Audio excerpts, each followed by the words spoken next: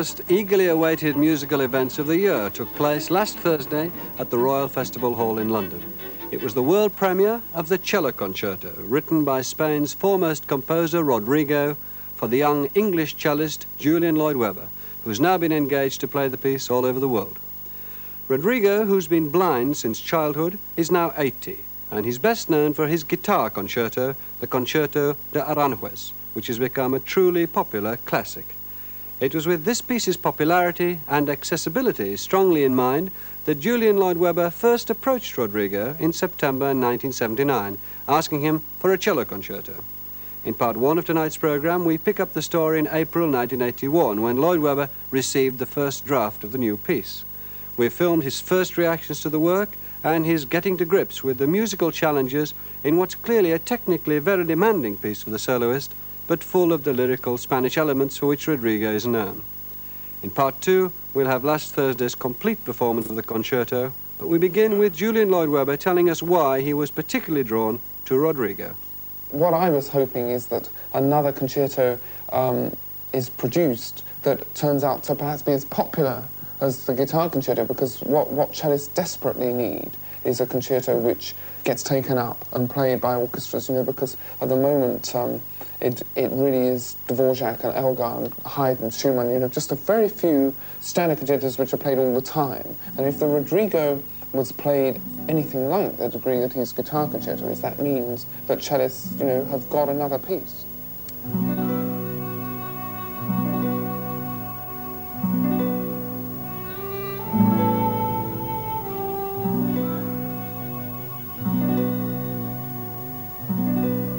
I thought Rodrigo was the ideal composer to write a piece for cello which was lighter than perhaps is usually written for that instrument. People tend to write rather lugubrious works. I thought Rodrigo would produce a really lively Spanish kind of work, with perhaps the sort of writing for the cello which hasn't been done very much before.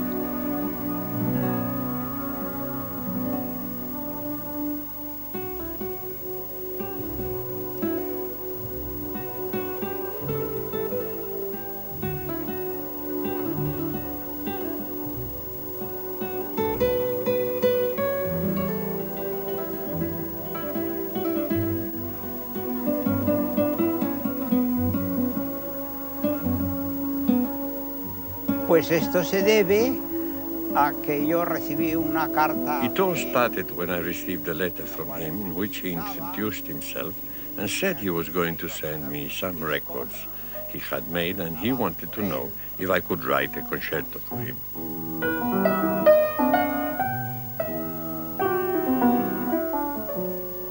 Yo tenía alguna referencia. I had already heard of Julian through a cousin of my wife's who lives in London.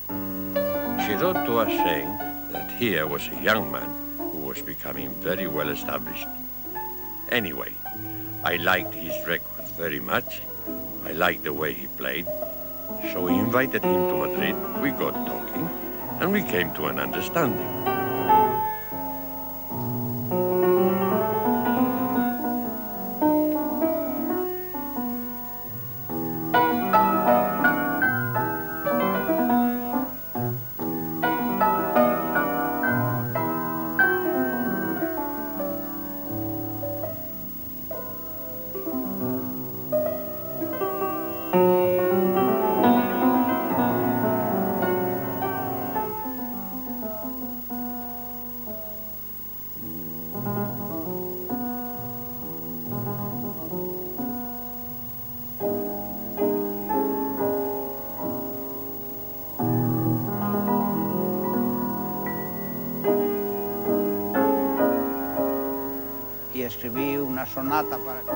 I have written some pieces for cello before.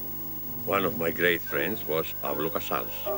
When he died, I was asked to write a piece in his honor, and I wrote a sonata for piano and cello called Sonata alla Breve.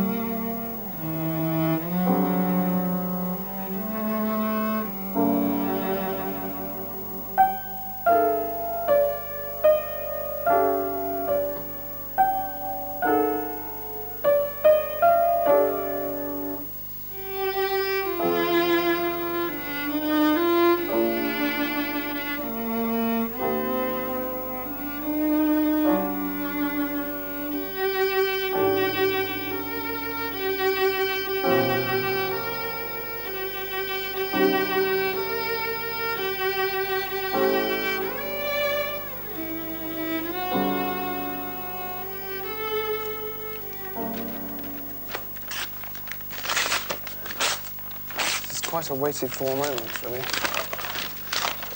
have no idea what's in here. Starts off pizzicato, solo cello, very unusual.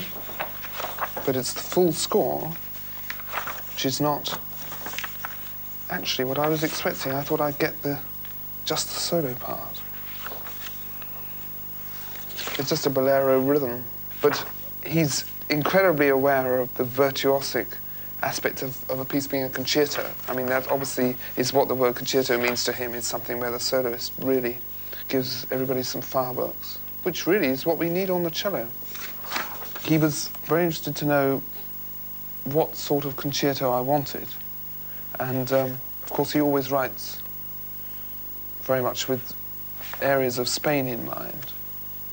And I remember that I told him I particularly liked the concerto with 4 guitars, and the harp concerto I thought was very good. There's some unusual cello writing here. This looks a bit tricky in that it goes absolutely from the bottom of the cello's range to the top. Solo, fortissimo, no accompaniment. But it certainly it gives the cello a lot of scope. Looks very interesting. It's quite a movement, that. Well, it's only recently that I managed to get through the score and copy out all the solo part. But I've had now a sort of rough look over the whole piece. And I think it's taking shape quite nicely. In some ways, the center of the piece is in the slow movement, second movement, where there's an enormous solo passage for the cello. And in this, he brings a lot of the themes all out at once. Technically, I think that stretches of it are the hardest thing I've ever seen for the cello. But having said that, it's all playable. I mean, it's not so difficult that something actually has to be rewritten. And his knowledge of the cello is extremely good. I mean, the piece starts off with this pizzicato figure, very rhythmic Spanish.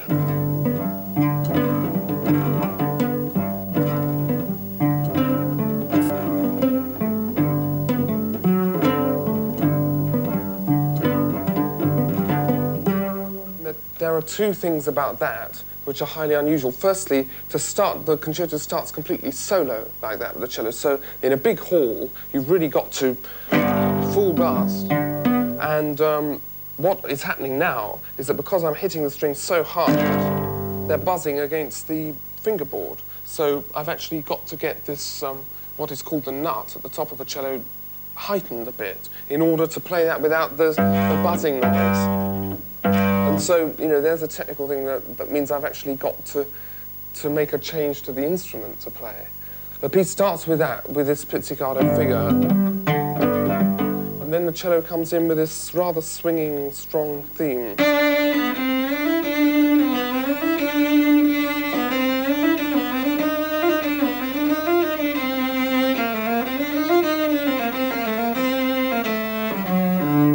I think everything's got to be very powerful and rhythmic at the opening. The main Spanish element of it comes with the second theme, which is a almost obsessive kind of bow tapping figure.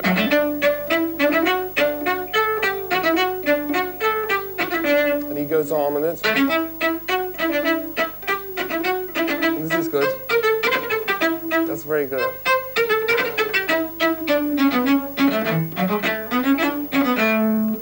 And then later, he brings this back in the cadenza in a much harder version, which he puts all that into double stopping, which... And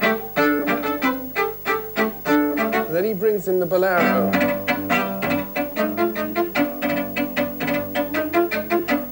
And as soon as I saw that, I wondered whether, in fact, it couldn't be... fit 3 notes instead of...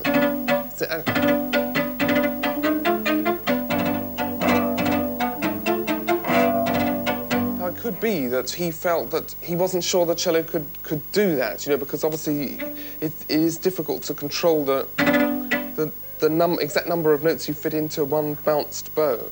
It's quite difficult, but in fact I don't think that is the case, because that figure comes also on the violins, the complete violin section. I think with everybody doing that, it might get a bit chaotic, and also the notes might not register properly. So I think that that's fine. But the beauty of the second movement, which I think again shows just how closely he knows the instrument, is it starts off with these harmonics right up at the top, and it creates a beautiful... So it's a very unusual and rather beautiful opening. Then he comes in with this theme.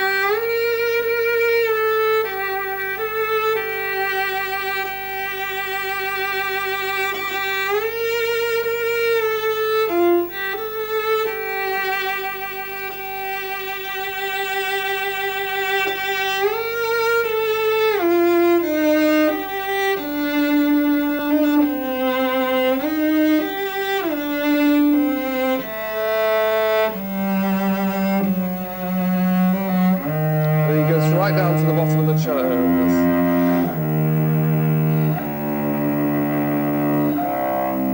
Which is nice. And he goes on.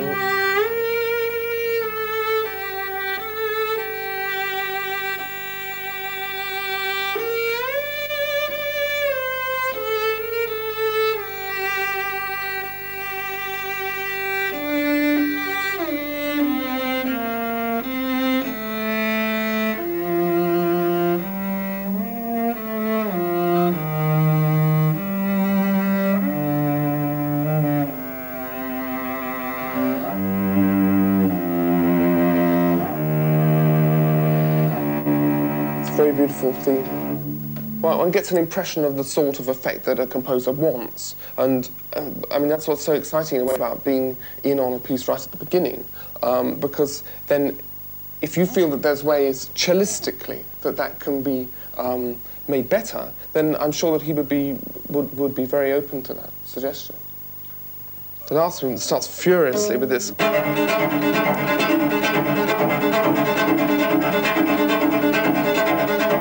Which is a good piece of cello writing as well. And eventually, that goes into this very staccato figure, which is almost like Prokofiev or Shostakovich. It's very Spanish as well.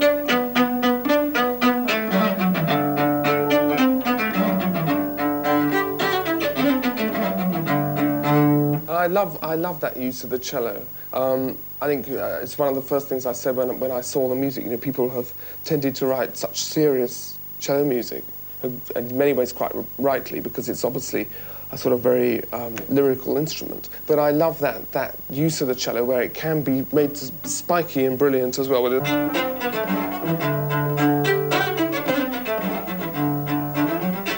I like that very much. It's almost percussive writing.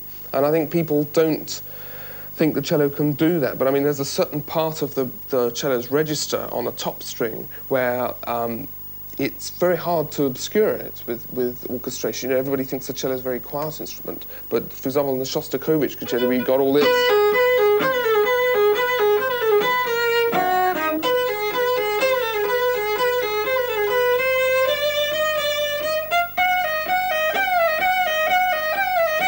I love that sort of cello writing. It's really exciting and strong, you know, and I think people should use it more.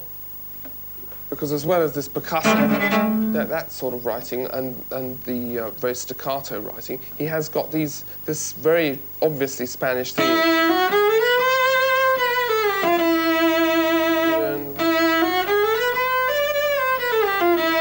Which, in fact, uses just that register I was talking about. And I like this very much. Having done that, straighten it up here.